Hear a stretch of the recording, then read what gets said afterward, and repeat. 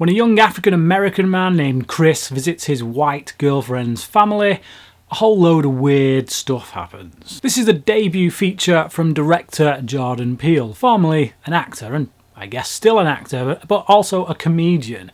He brings a lot of that comedy aspect to this film. I think you can take this film in two different ways, and we'll get to that.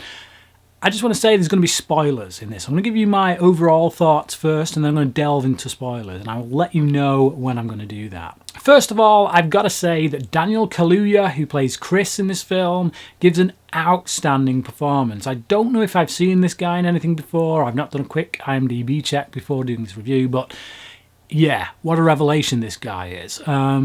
Some of the range he gives in this film is absolutely astonishing, and he's definitely one to watch for the future. It's also really good to see Bradley Whitford getting work, because basically I love this guy. I love The West Wing and I love Studio 60, and he's a large part of the reason for that. He's one of those actors who can play intelligence and stupidity at the exact same time and somehow make it work. What this film does quite well is balance the two elements of a serious kind of thriller / horror film, but also moments of comedy that come out of this racism, this inherent racism amongst this family, this community.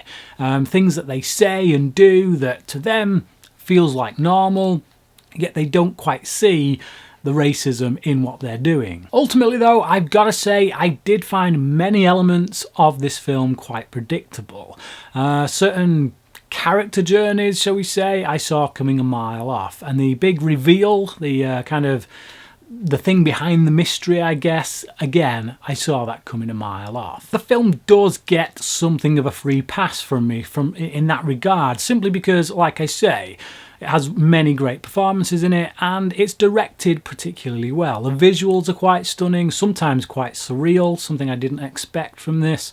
And yeah, it does have a few interesting things to say with regards to race issues. Which brings me on to the spoilers. Now let's talk about that reveal of, the mystery. What is this all about? Basically, this white family is hijacking the bodies of black people, and because of that, you draw a particular meaning from the film. And I think that meaning will have one of two responses, depending on the kind of audience member who's watching it. Now, if you're someone who will take it with a pinch of salt and see it for what it is, which is a humorous jibe, then I think you'll find this film quite amusing, or mildly amusing at worst.